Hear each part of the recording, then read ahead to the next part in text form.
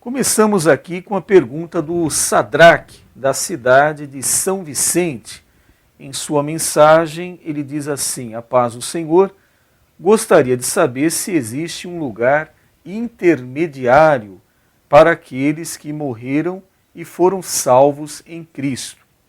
Quando a Bíblia fala sobre o seio de Abraão, na passagem do rico e Lázaro, seria o lugar intermediário ou está falando do céu? As palavras hoje, quando um crente morre, sua alma vai para o céu. O descrente continua indo para o Hades, palavra grega, que é um lugar intermediário, e outra, no hebraico, Seol, lugar intermediário para o qual foi o rico, de Lucas 16, 19 e 31, e no versículo 23 se lê que o rico estava sofrendo no Hades, estando em tormentos, e viu Abraão e Lázaro no seu seio. Seio de Abraão era o outro recurso para aquela pessoa que viveu segundo a vontade de Deus e viveu nesse lugar intermediário. O salvo hoje, quando morre, ele vai direto para o céu, de acordo com Atos 7:59. Nós temos aqui o caso de um homem de Deus que foi apedrejado e seu apedrejamento o conduziu à morte. E ele então foi visto no céu.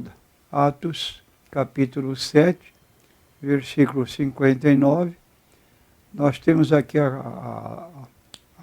o relato da forma como os judeus rejeitaram a posição desse diácono, que reclamava da forma como eles rejeitaram o Senhor Jesus Cristo.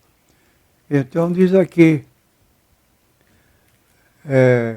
vós que recebestes, e agora está falando o diácono que faleceu, mas antes de morrer ele disse essas palavras no versículo 53 de Atos 7. Vós que recebestes a lei por ordenação dos anjos e não aguardastes, e ouvindo eles isto, enfureciam-se em seus corações, rangiam os dentes contra ele, mas ele, estando cheio do Espírito Santo, fixando os olhos no céu, viu a glória de Deus e Jesus, que estava à direita de Deus. E disse: eis que vejo os céus abertos e o Filho do Homem que está em pé à mão direita de Deus. Mas eles gritaram com grande voz, taparam seus ouvidos e arremeteram unânimes contra ele. E expulsando da cidade, o apedrejavam. E as testemunhas depuseram os seus vestidos aos pés de um mancebo chamado Saulo. Versículo 59.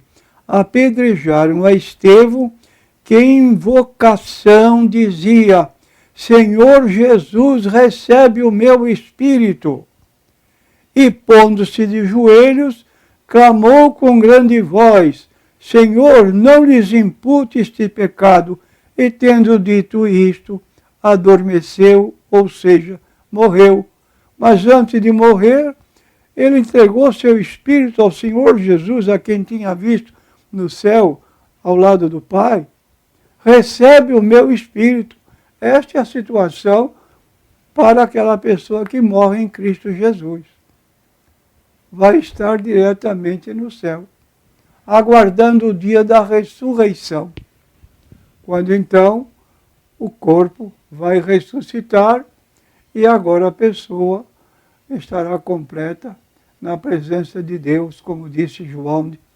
Jesus falou em João 14, Pai, aqueles que tu me deste, eu quero que estejam comigo, para que vejam a minha glória que tu me deste. Então esse é o final do cristão, é o céu, como também o final daquele que se afasta de Deus é o inferno. E quer dizer, baseado em 1 João capítulo 2, versículo 2, Jesus Cristo é a propiciação pelos nossos pecados, e não somente pelos nossos, mas também pelos de todo mundo.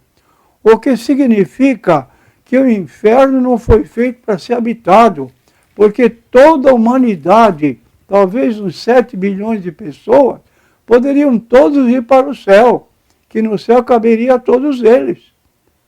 Agora, não há razão se uma pessoa recusa, como a Bíblia oferece, ele é a propiciação. Como diz o texto de João 3,16, Deus amou o mundo de uma tal maneira, o mundo somos nós, que deu seu Filho unigênito, para que todo que nele crê não pereça, mas tenha a vida eterna. Deus não enviou seu Filho ao mundo para condenar o mundo, mas para que o mundo fosse salvo por ele. Quem nele crê não é condenado, mas quem não crê já está condenado. É uma opção que a pessoa faz, que Deus respeita cada um de nós na nossa vontade própria, pessoal. Agora depende. Caminho estreito conduz à vida. Caminho largo conduz à perdição. A próxima pergunta, do Francisco Lima, aqui da cidade de Santos, diz assim na sua mensagem: graça e paz de Cristo a todos. Pastor, no milênio ao qual Jesus reinará, será ele próprio a pregar aos que aqui ficarão em corpo carnal, igual aos que temos hoje? No reinado milenial de Cristo, todos os habitantes conhecerão a palavra do próprio Cristo. Quer dizer, é uma opção que se faz nesse período, embora seja um período mais propício para uma aceitação de Cristo, mas é como hoje. O que impede de uma pessoa aceitar a Cristo como Salvador, senão a vontade própria da pessoa? É o caminho largo, como disse Jesus, em Mateus 9, que a pessoa escolhe caminho estreito, conduz à vida. Caminho largo, conduz à perdição. São muitos que entram pelo largo, são poucos que entram pelo estreito, mas é uma opção que a própria pessoa escolhe. E se ela escolhe, é uma opção dela que Deus respeita. A próxima pergunta é do Rafael Katinski, é lá da Vila Margarida, em São Vicente. Ele cita para o pastor o texto de 1 Coríntios, capítulo 7, verso 11. Eu vou estar lendo o verso 10 também.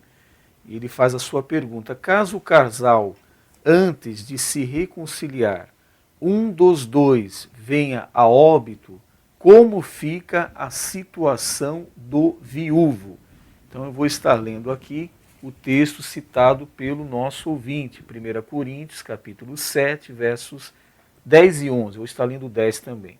Todavia, aos casados mando, não eu, mas o Senhor, que a mulher não se aparte do marido.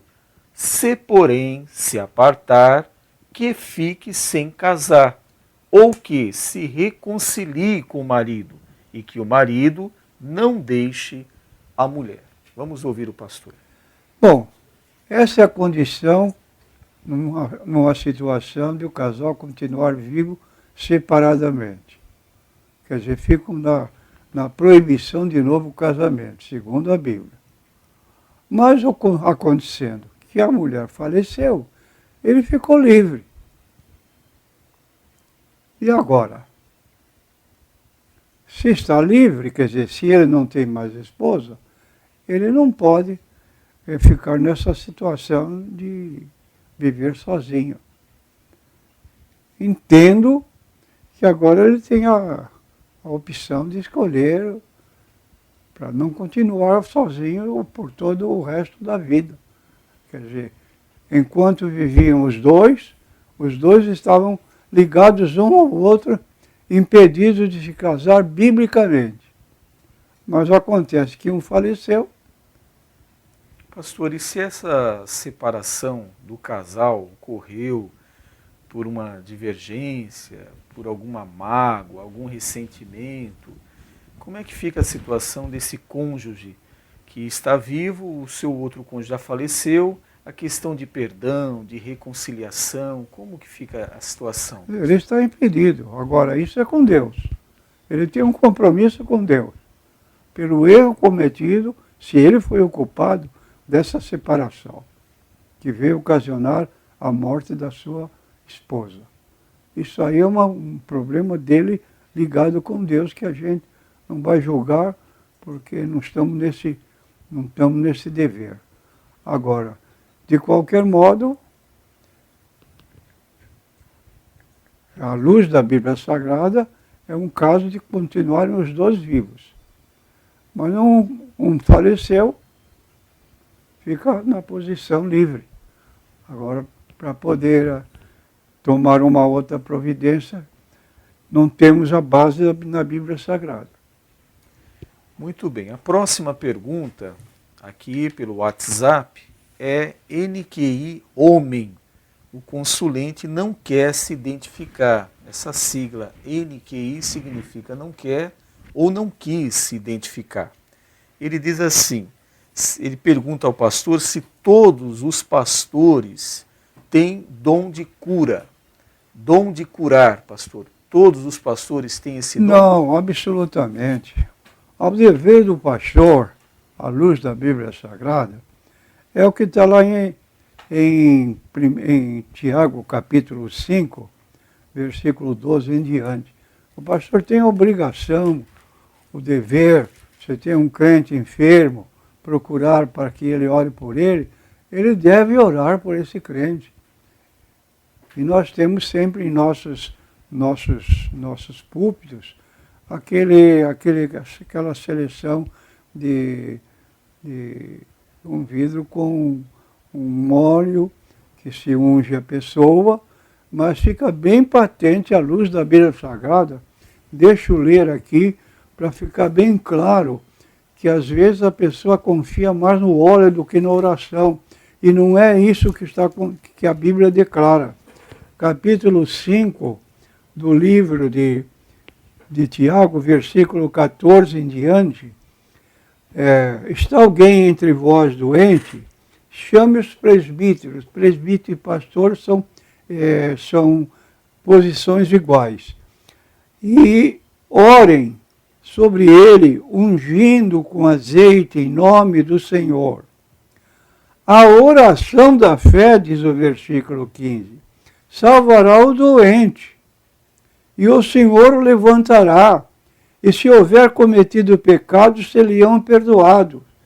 Confessai, versículo 16,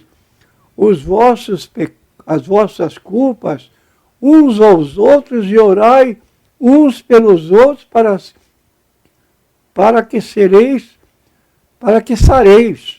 A oração feita por um justo pode muito em seus efeitos. Elias era um homem sujeito às mesmas paixões que nós, e orando pediu que não chovesse, e por 3 anos e 6 meses não choveu sobre a terra.